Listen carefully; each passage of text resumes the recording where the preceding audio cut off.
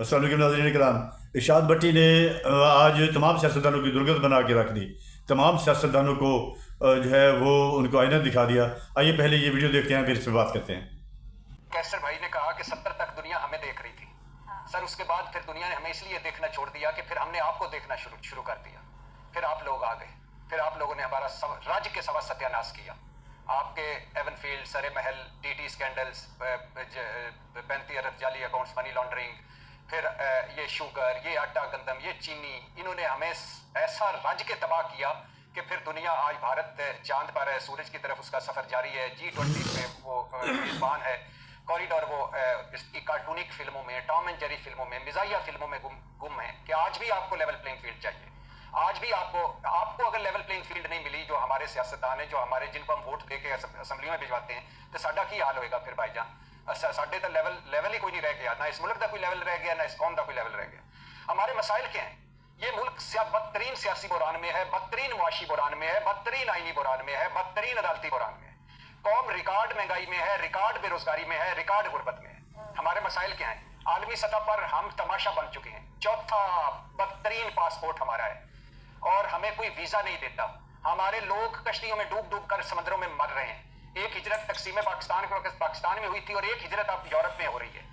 और हमारे मसाइल क्या हैं? अंदरूनी 16 तैयारों वाला कोई शर्म से डूब मरने का मकाम है। 16 तैयारों वाला PIA रह गया है। 16 तैयारे, कभी कोई मुल्क उसे रोक लेता है, कभी कोई मुल्क हमारे पैसे तो सिर्फ मुझे एक मिनट बात करने दिए फरवा, 1 मिनट बात करने दिए प्लीज। ये इस पे ये जो लजीज और मजेदार स्पाइसी चीजों पे मैं आ रहा हूँ, यानी कर्जे हम उतार पाएंगे? कभी लग रहा है कि कर्जे उतार पाएंगे? कैपेसिटी चार्जेस बिजली के इतने हैं कि 3 रुपए अगर आमदन होती है, 2 रुपए हम दे देते हैं उसमें, वापस उनको बिजली घरों को दे देते हैं। और माफियास, ये मुल्क माफियास का है, ताकतवरों का है, पैसे वालों का है। अब हमारी पूरी इस सियासत की पूरी हैसियत क्या है? मुझे तालपुर साहब सिंध की कारकर्दगी पे एक प्रोग्राम मेरे साथ कर लें। मुझे ये शेख साहब मुस्लिम लीग की इस 15 महीने की बदतरीन कारकर्दगी पर एक प्रोग्राम करने। आप इसलिए आए थे नैब खत्म कर देंगे, EVM खत्म कर देंगे, आप इसलिए आए थे नाइली खत्म कर देंगे, आप इसलिए आए थे कि हम फकीदुल मिदार पाकिस्तान इसलिए रह गए कि वहां जलसे होने हैं और बस सारा हम कहाँ हैं? अच्छा, और दुख की बात ये है, तकलीफ की बात ये है फरवा, और सबसे बड़ी जो दुख की आखिरी बात है वो ये है कि मुल्कों से ताल्लुकात ठीक करे तो फौज और आर्मी चीफ, मुल्कों से पैसे मांग के लाए तो फौज और आर्मी चीफ, सरमायाकारी के लिए कोई काउंसिलें बनाए तो फौज, माफियाज के खिलाफ क्रैकडाउन कर प्लेइंग फील्ड चाहिए। इस तरह करो, मिलकर बैठो, 5 साल के लिए 2.5 साल बांट लो। 2.5 साल मियां मोहम्मद नवाज शरीफ साहब हुकूमत कर ले, 2.5 साल बिलावल भुट्टो कर ले, मुझे कोई एतराज नहीं, लेकिन मसाइल हल करो मेरे। अब ये कहानियां खत्म करो, ये अफसाने खत्म करो। जब आप खुद अपनी मंजी थले डांग नहीं मार सकते, आप नहीं कर सकते, अपनी बुक्कल के अंदर चोर को नहीं निकाल सकते, तो फिर यही हाल होगा। और मैं कह रहा हूं कि आप भी समझ जाओ, अब भी ये लेवल प्लेइंग और इन चीजों से आगे निकलो। खुदा के लिए इस मुल्क को संभालो, इस कौम को संभालो। मुझे बताइए कि ये काम वाकईतन ये लोग क्यों नहीं कर सके? हालांकि बड़ी जमातें हैं, बड़ी जमातें इक़्तिदार में आई थी, ये निगरान गवर्नमेंट क्यों और कैसे कर रही है? हालांकि तो इलेक्शन लड़के भी नहीं आए लोग।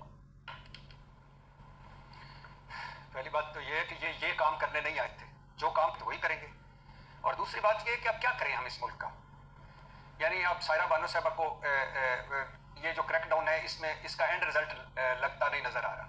हो सकता है ऐसे ही हो, लेकिन कहीं ना कहीं तो कुछ करना है ना, कुछ ना कुछ तो करेंगे ना। क्या करें फिर? 335 रुपए से डॉलर 290 रुपए पे आ गया। अब मैं उसको रोऊं कि ये फिर वापस चला जाएगा, कि इसको इस खुशी में मनाऊं कि ये अब वापस आ गया है? ये जो बोरियां पड़ी हुई थी, ये कहां पड़ी हुई थी? ये क्यों पड़ी हुई थी? ये भी एक सवाल है। लेकिन अगर ये बोरियां पकड़ी जा रही है तो ये भी एक अच्छी बात है। और लेकिन मैं ये बड़ी लंबी बहस है। मैं आपको वो आपने एक बड़ा लफ्ज बोला, हालांकि और परवेज मुशर्रफ ने जब धावा बोला, 15 महीनों में क्या हुआ है? आइन टूटा है कि नहीं टूटा? पार्लियामेंट को ताबे बनाया गया कि नहीं? क्या धूरी और जाली पार्लियामेंट जिसको PDM कहती थी? अदलिया को बेतौकीर किया गया कि नहीं किया गया? इलेक्शन से भागे हैं कि नहीं भागे? ये हमारे जमहूरियत पसंद है? फिर ये परवेज मुशर्रफ से अच्छे हैं? इस मुल्क में 2 निजाम आए हैं, पहले भी कई बार बताता हूँ, फौजी अमरियत, सिविलियन अमरियत। जमहूरियत आई नहीं, उसके लिए तो मैं तरस रहा हूँ। और फिर परवेज मुशर्रफ जब ने धावा बोलकर जब वो वापस गया तो डॉलर 60 रुपए पर था, स्टील मिल मुनाफे में थी, कर्जा 6000 अरब था, इलेक्ट्रॉनिक मीडिया परवेज मुशर्रफ ने दिया, बेस्ट बल्दियाती निजाम, लोग MNA की सीटें छोड़ के नाज़िम बन रहे थे, ये परवेज मुशर्रफ का था। पार्लियामेंट में खवातीन की नशिस्तें परवेज मुशर्रफ, नेत्रा, ओगरा, नादरा, ये सारे मैं इनसे तवक्को कर रहा था, ये अपने मोहतरम भाइयों से, और इनको ही मैं चाहता हूं कि यही काम करें। लेकिन जब ये अपनी स्पेस नहीं छोड़ेंगे तो फिर क्रैकडाउन कोई और करेगा। मुशर्रफ के मार्शल को वेलकम कह रही हैं और नवाज शरीफ साहब हर मुश्किल वक्त में डील करके चले जाते हैं, तो मैं क्या करूं यार? मैं किसको रहूं? मैं आपका वोटर ना सही, लेकिन इस मुल्क का शहरी हूं।